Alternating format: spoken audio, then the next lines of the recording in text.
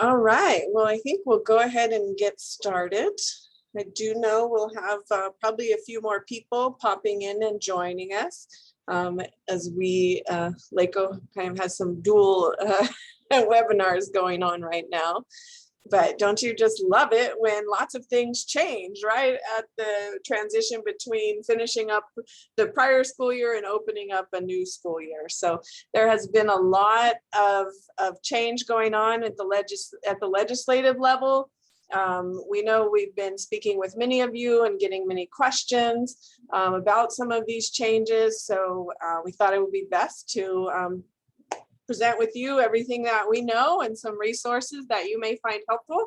And then, as always, we want your questions. So in the chat, once again, we've linked the resources for you, including you will have this PowerPoint as well. And then as we're going through, please include questions. Just go ahead and we do have someone monitoring the chat. So as questions come up, please put them in the chat. We'll get to them as we go, or if not, we'll make sure to address them at the end. Anything that we're unable to answer today, we will for sure get that information to you and make sure we get FAQs out to everyone. All right, but we do have lots of information. I will start by introducing myself. I'm Dina Wilson. I am the Division Director here at LACOE for Accountability, Support, and Monitoring, which is kind of a catch-all, I think, for a little bit of everything. So accountability is one of the pieces that we work on in data literacy, as well as you'll see me around for LCAP, or you may have just seen me in the Independent Study AB 130 presentation. So we thought that we would bring here along, I'd like to introduce my staff from the Accountability and Data Literacy Unit. Evan Bartelheim, you'll wave, Evan. Hello. Is our project director, and our coordinator, Hillary Weissman, are here to assist as well. Okay, well, we'll start with a little bit of history. So AB 104 came recently as part of the urgency legislation out of more pandemic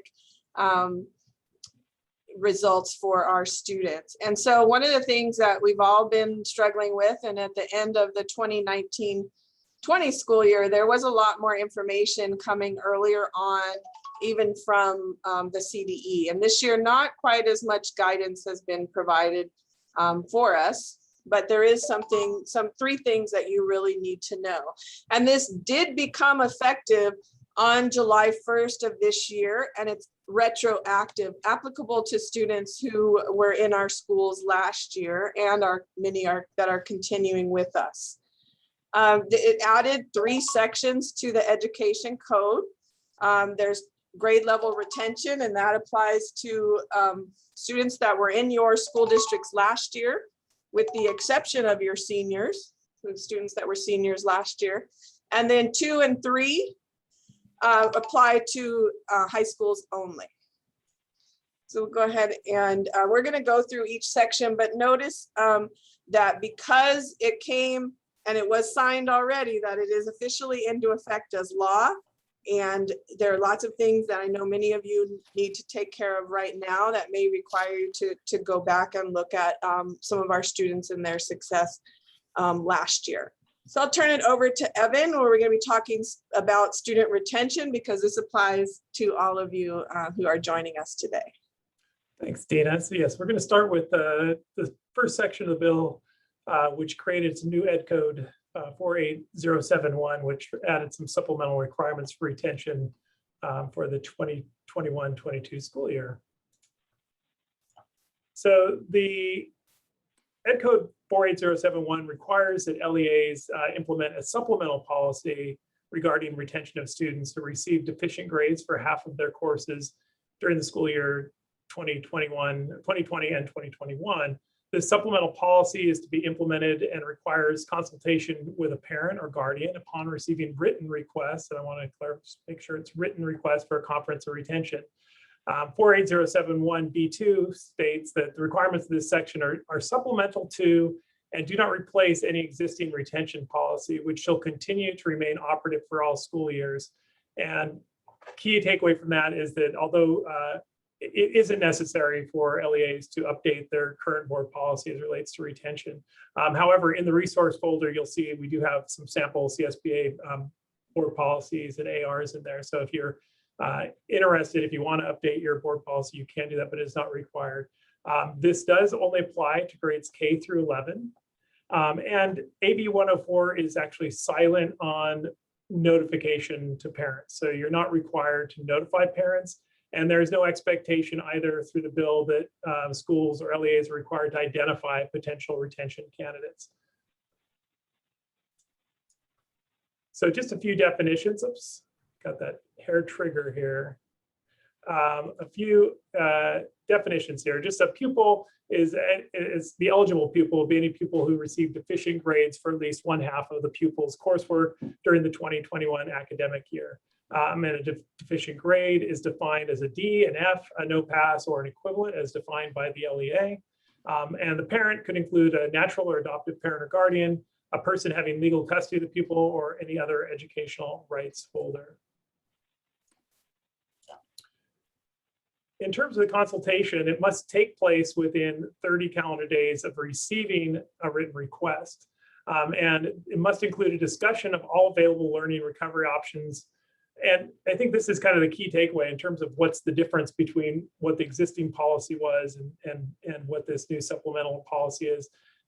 You should, during that process, discuss specific interventions and supports available to the pupil as a result of the additional funding that's been allocated through Assembly Bill 86, the COVID relief and school reopening grants. So that's kind of the big change. What are all the additional supports that are being provided? And you need to share those during the consultation. In addition, you will need to access to prior semesters in which the pupil received a D or F letter grade in the 2020-21 academic year, or some other form of credit recovery or support. In addition, the parent consultation must consider the pupil's academic data and any other information relevant to whether the retention is in the pupil's best interests academically and socially.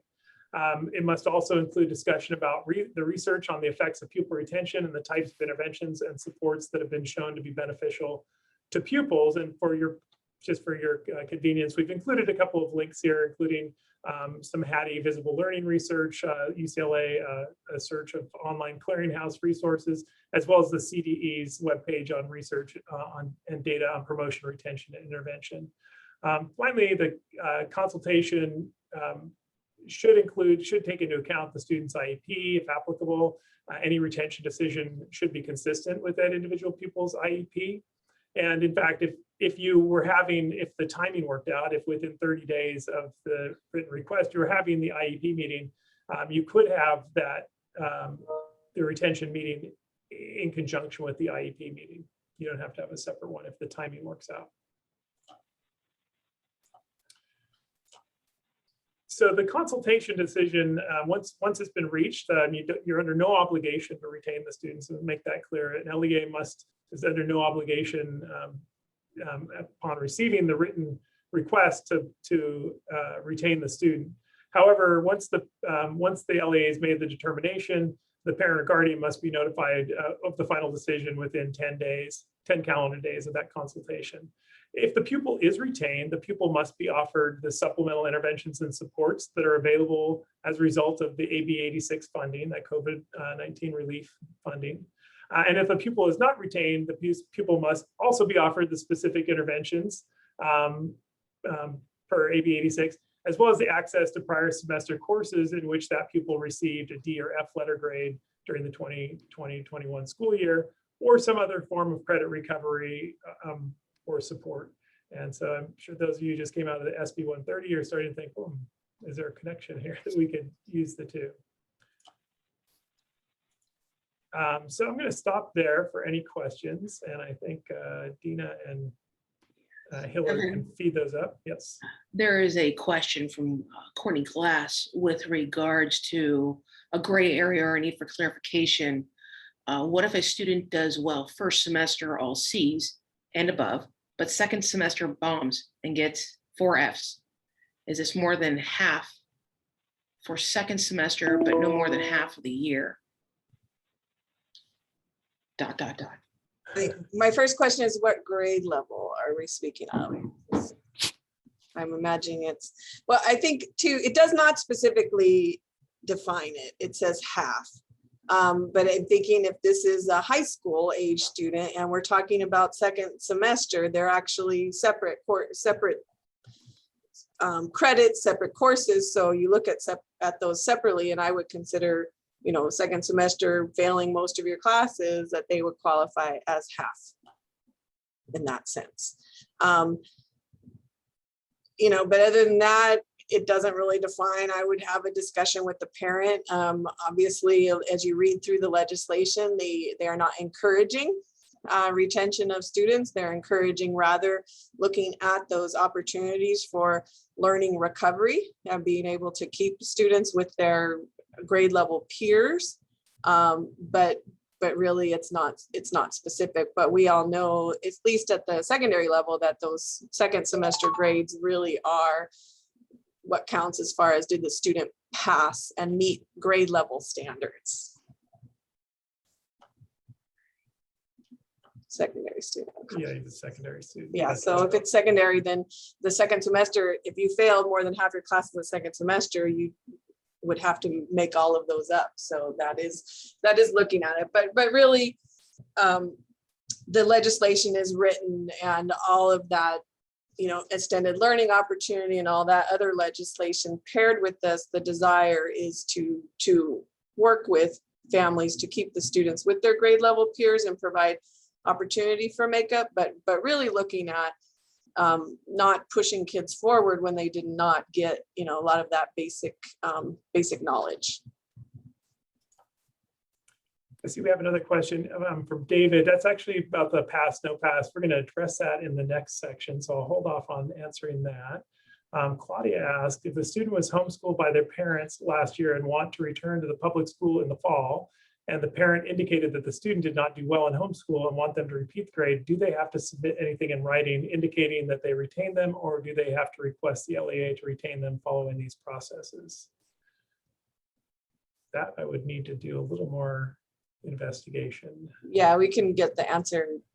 We can look into that detail, but my initial would be that you know, most likely they would submit something in writing.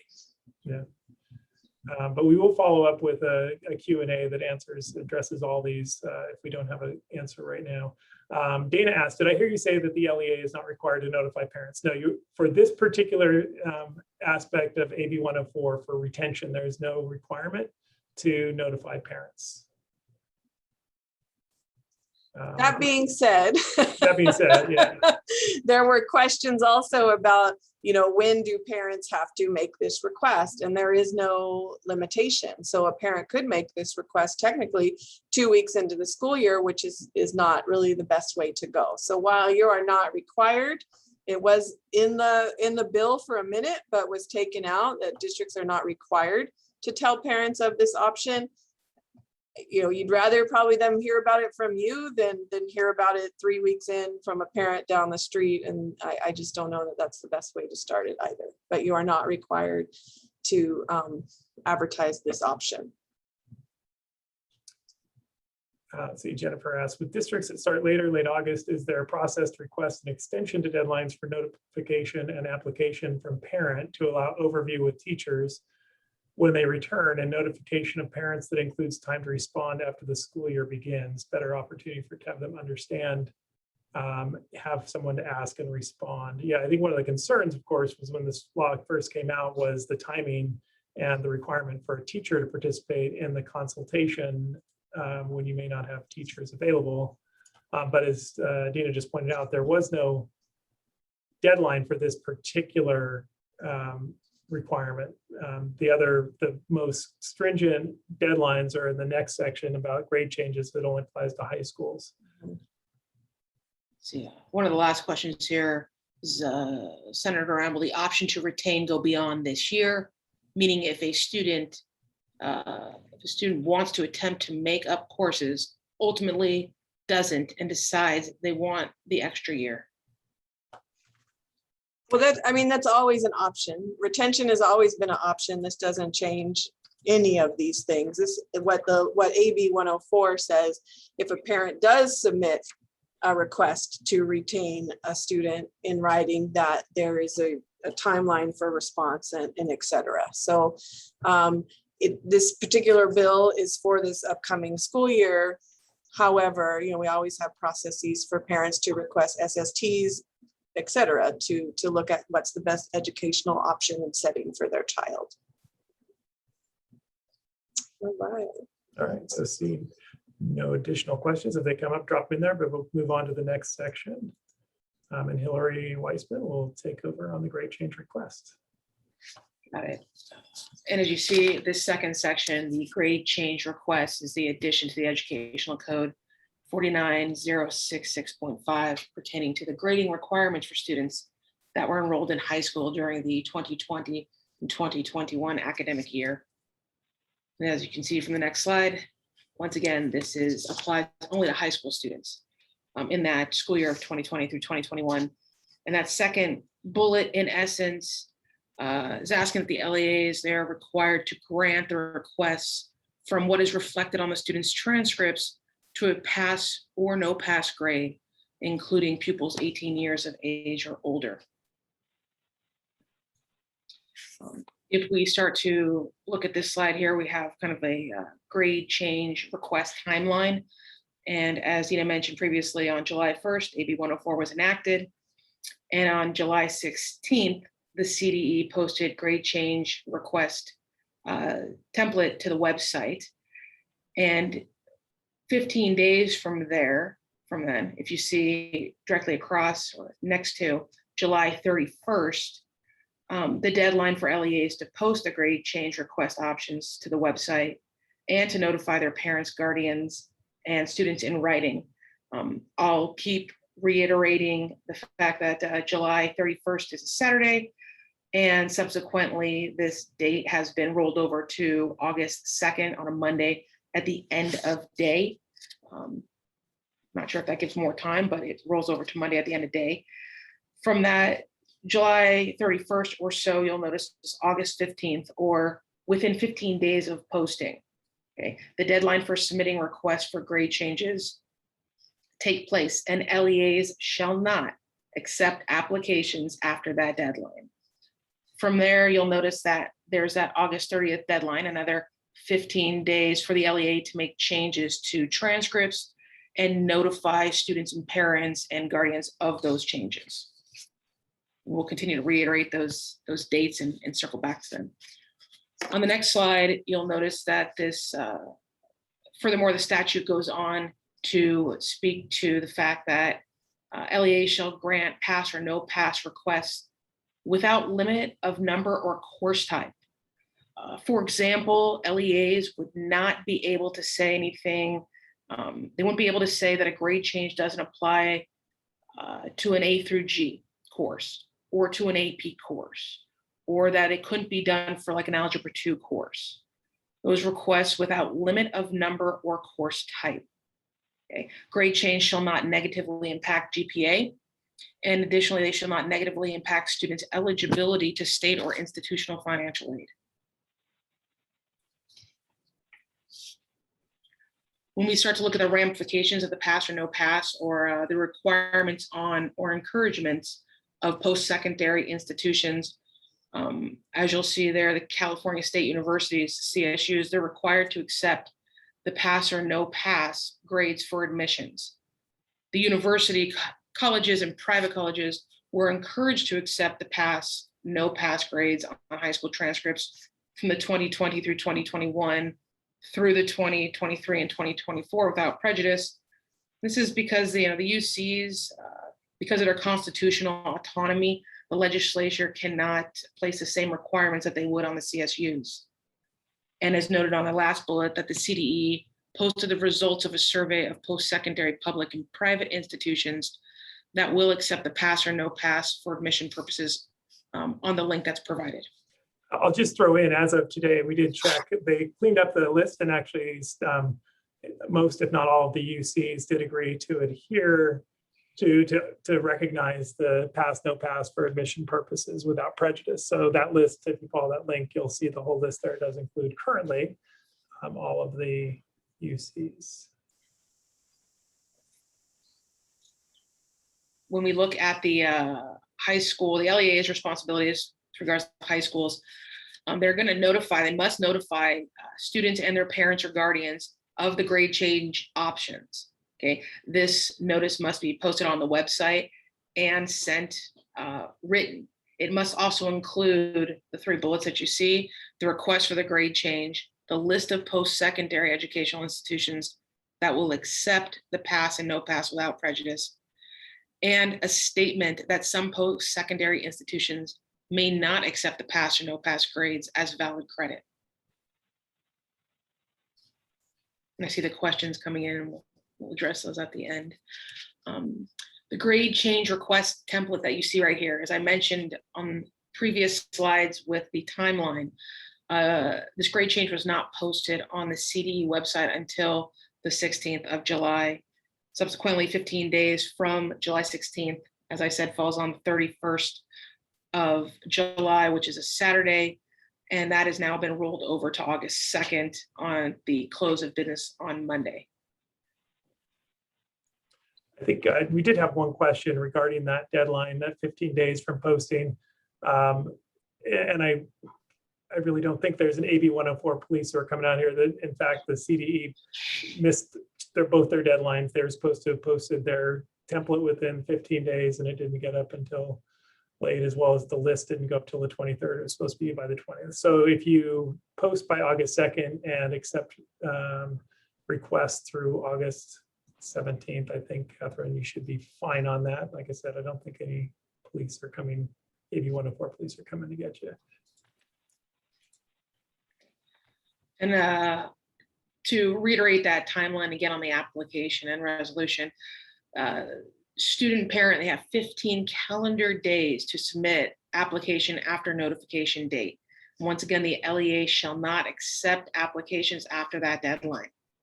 Additionally, the LEA shall change a transcript and shall notify the pupil and the pupil's parents or guardians of the change within 15 calendar days of receiving the pupil's application.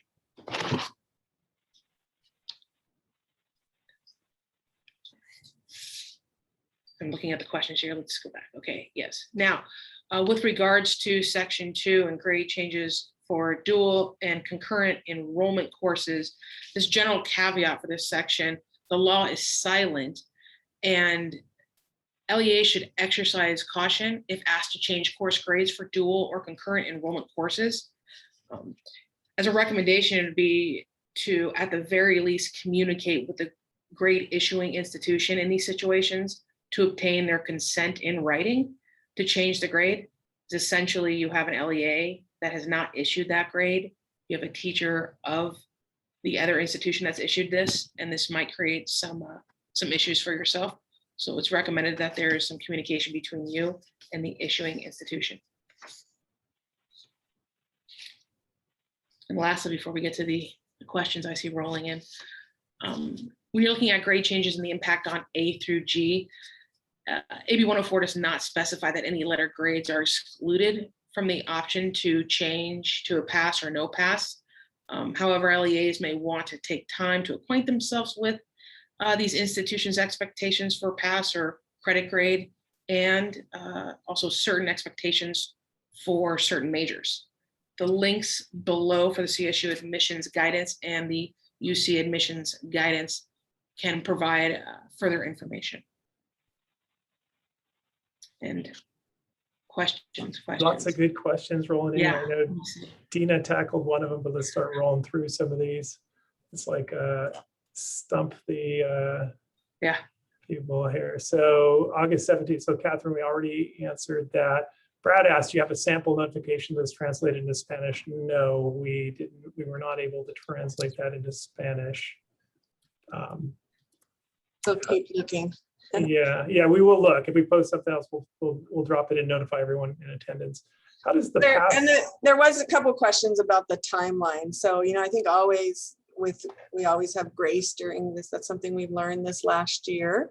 But really that piece about the 15 days to request the grade change is actually helpful to the LEA, right? Because we want to have a time period in which we know who's going to get a pass, no pass, because that affects who takes what classes in the year. And there just needs to be an ending piece. And know that, you know, there are other policies that districts and schools have around grade changes, most of which require the teacher agreement, right? So that's the difference between AB 104 is that we are technically changing a grade, whether, although it's from a, it's still a, you know, we're not changing a non-pass to a pass, but you're looking at changing a letter grade to a pass, no pass. AB 104 does not require the teacher permission to do that. Other grade changes, you want to look into that. So, you know, some people instituted something last year allowing students to change that. So you can have additional LEA policies around changing grades outside of this, but we're just sharing AB 104, and it doesn't require that consultation with the teacher technically to change a grade. So yeah, I know you posted, Dina, maybe you could talk about it. How does this pass, no pass affect CIF eligibility? Sure. So there's a lot of questions about GPA. There was another one in there. And basically the pass, if you get a P or an NP, it's not calculated at all into the GPA. So you will need to double check with your student information systems when the GPA is calculated on the transcript that this course is taken out of both the denominator and the numerator, right, when you were calculating GPA. So it should have no effect at all. So CIF requires a 2.0. This won't help or hurt getting a pass, no pass that. It also requires that they be passing their classes, but there's not a grade requirement in there. As far as, you know, in UCs and those who have not necessarily said they're going to take the pass, no pass in general, when a college sees that P, they're equating that to a C. So that's something that you'll need to talk when you have students that want to change their grades as well. Ricardo asked, will the pass, no pass be accepted for the Cal Grant data submissions? I do think that the one piece in there related to basically a hold harmless related to grant recipients is actually directed at the, not at the LEAs, but rather at the, it's the grade change shall not negatively impact students' eligibility to state or institutional financial aid. I think that's actually directed at not so much at the LEAs, but rather to the grantors of financial aid from the state. I haven't heard anything really about from the Cal Grants, but we will keep our ears and eyes open. But I know that's the similar, I know last year what happened at the end of the previous school year is that because you're going to a P instead of a letter grade, that for those students who needed that jump in GPA, it's not going to give you that jump in GPA either. Claudia asked, can a district decide to change all Fs to no pass and Ds to pass without requiring parents to submit a request? AB 104 requires parents or the student, if they're over 18, to make that, to request a grade change. And does accept pass, no pass equate to not calculating the P and the eligibility GPA for all colleges on the CD list, or is that specific to CSU UC? I would say you'd need to check with each of those institutions that signed on and what that means for them to accept it for admissions purposes. They may look at it, they may likely not calculate the P, but you'd have to look at individual schools to determine that. Will you repeat what you said about active notification? Post on website by July 31st, yes. But you do need to send out written communication as well, Nadia. So yeah, you need to do both. There's no specificity. Can it be electronic? Yes, it could be electronic. The posting to the website is very clear. And then everything that we identified, and there is a sample in there. So if you could say, you could have options if you have multiple means by which to reach out to your parents. As long as it goes out in writing, you should be covered. That got answered. You kind of answered Mark Rand's question, Dean, about does the LEA have the option of setting a deadline greater than 15 days? It's probably not in your best interest. It might have effect on your master's schedule, other things about students retaking courses. What about the DE courses that satisfy a high school grad requirement?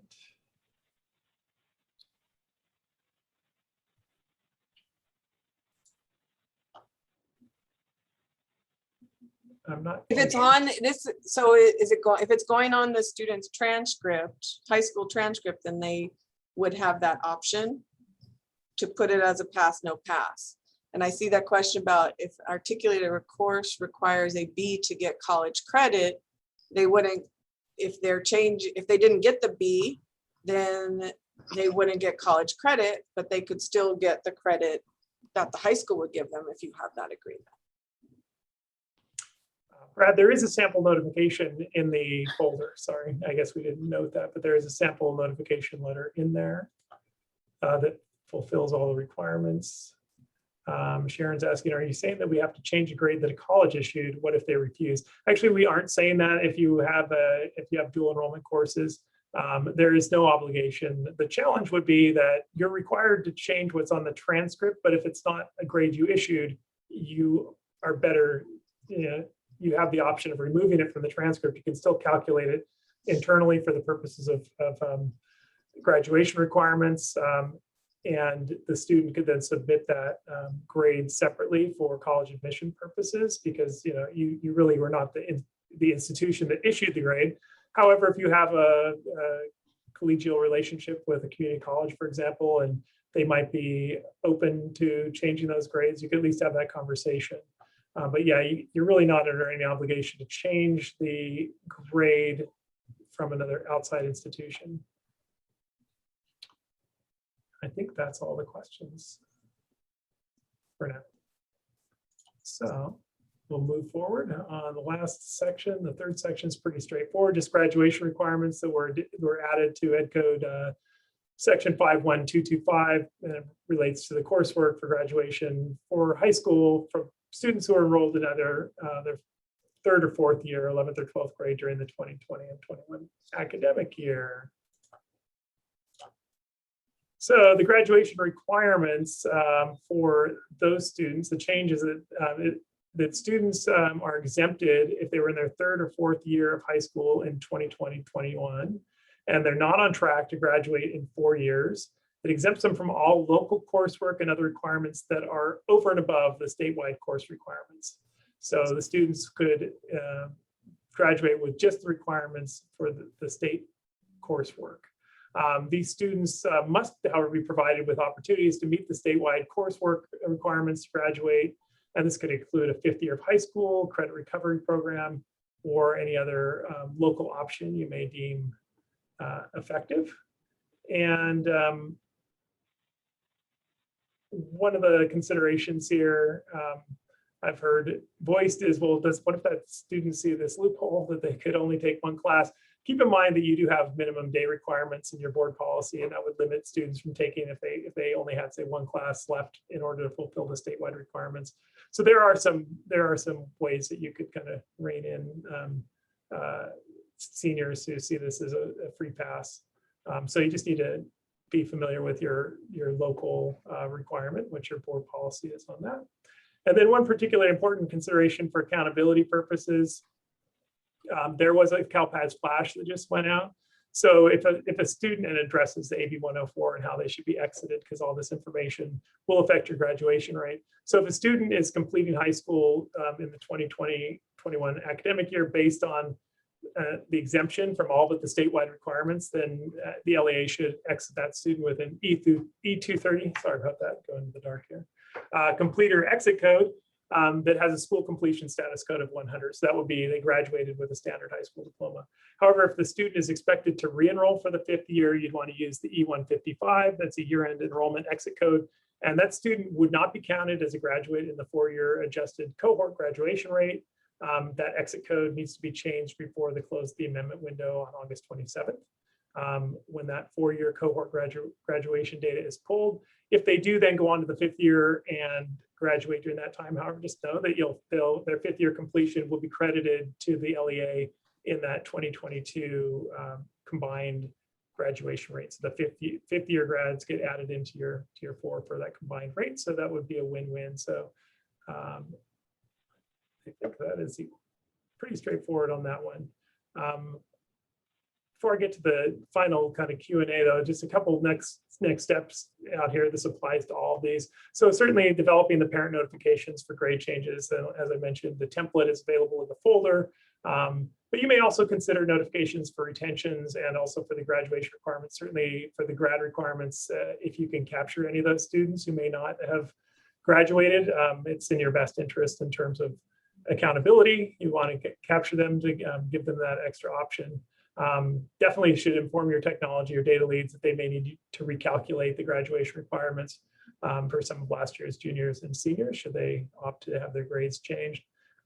Definitely consider having your registrars, whoever's around, actually counselors, APs, begin analysis of the Ds and Fs for last year's juniors and seniors. This could, of course, if you had a big rush, both for the changes, the pass, no pass, you could get some impact on your course registrations, your master calendar, staffing considerations, especially for those recovery options. And if you haven't already, you should establish or expand your credit recovery program or possibly enter into a partnership with another district. There are probably a lot of options available out there. So we'll head into our last Q&A. And yes, so Frank asked, do LEAs get to decide what not on track means? That was not defined in the bill. AB 104 did not specify what on track means. There is a definite, and this is if we're talking about the graduation one, so it's for students who were in their 3rd or 4th year last year of high school. So there is, the credits, I don't know what ed code it is, but there is, 55 credits as a freshman. You can see how many credits should the student have had to be considered on track. The other thing you can consider is so if we're talking about someone who was a junior last year, will they be able to graduate this year by only taking their 6 classes? Okay, that would be on track.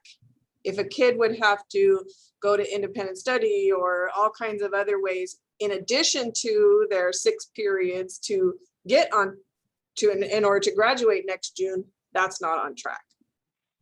So you want to look at that particularly. I do want to go back and point to Evan. The 3rd bullet point on that last slide is that I know we are thinking about the upcoming school year, but it really does behoove you to have someone comb through those transcripts, especially from your students who were 12th graders last year, and find out, would they have graduated looking at just the minimum requirements. That's going to help you as a district with your dashboard data in the future. It will show as a graduate. It doesn't show graduate state minimum, graduate, with 50 extra credits. It just shows that the child graduated. You could indicate in the notes section of the transcript that you applied the minimum graduation requirements per AB 104, but it's not a distinct, there's not 2 different types of diplomas. So a couple other questions here. David asks, enrollment in at least 5 courses for juniors and seniors is still required, right? I believe that is accurate. Correct. So for seniors, if they were non-grads and they were seniors last year, in order to graduate, you have to give them the opportunity to make up the requirements, but it does not have to be during your regular school day. If they're juniors, then yes, you have to provide that, and that would mean at least 5 courses. Do you know if we will report in CALPADS those students who graduate with the state minimum diploma requirements? I haven't seen anything as of yet in terms of the reporting on that or distinction. No. So does access to courses failed in 2020, 2021 mean that 9 through 12 students can revisit or make up previous courses, grades, assignments, etc., or rather that they can have new additional access to the same course content during the 2021-22 academic year? Yes, to both. Well, and I think also note that this was for graduation well, I guess it applies to a couple things. The courses failed is applicable to a couple different areas of the bill, but specifically, the graduation requirement is only grades 11 and 12, so it wouldn't apply to 9 through 10, but other areas would affect that. Sorry. Let's see, can we use the reasonably able to complete rule that is used for fiscal year for incoming 12th graders? I'm not sure I'm familiar with that. Is that to determine whether or not they're on track? Is that where we? Yeah, she probably, Yes. okay. Let's see. This will be tricky for continuation schools. Yes. To confirm to see the code. Oh, there was the code. We'll make this PowerPoint is also in the Google folder. So make sure that you have that. Yeah, the PowerPoint's in there, and we'll also send out an FAQ. So I think I just heard anyone under 190 credits out of 220 as a senior qualifies for state minimum rate, as long as they have the correct coursework beyond just the credit. Yeah, credits themselves. Catherine, these students must be notified by 8/27.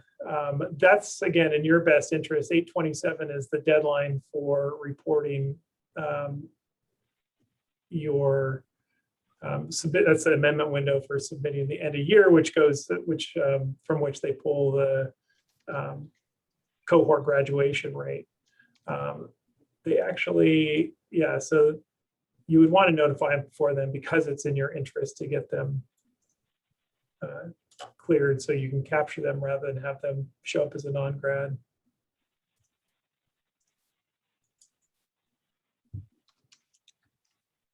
Am I correct in stating that the state mandated requirements for high school graduation consists of 13 core classes? I'd have to double check that, but it is only 130, yes. 130 required classes, 130 credits required classes. Oh, foster youth. Thank you, Carol, for clarifying that. correct. Thank you. Yes. The foster, so there is for foster and homeless youth, and even for, I think, probationary youth, those minimum graduation requirements for those students apply. It's the state minimum graduation requirements would be for all other students in which you normally don't give the exceptions. I'll link the ed code in there. And the reason that, someone asked, the number of credits, does that equal on track?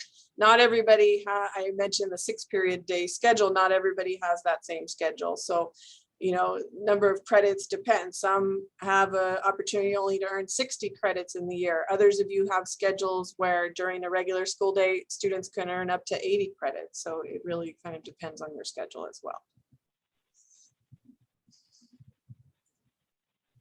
But this includes things like if you have community service hour requirements, that's an add-on. So that would not be a reason for a student not to get a diploma if they were in your high school last year for the juniors and seniors.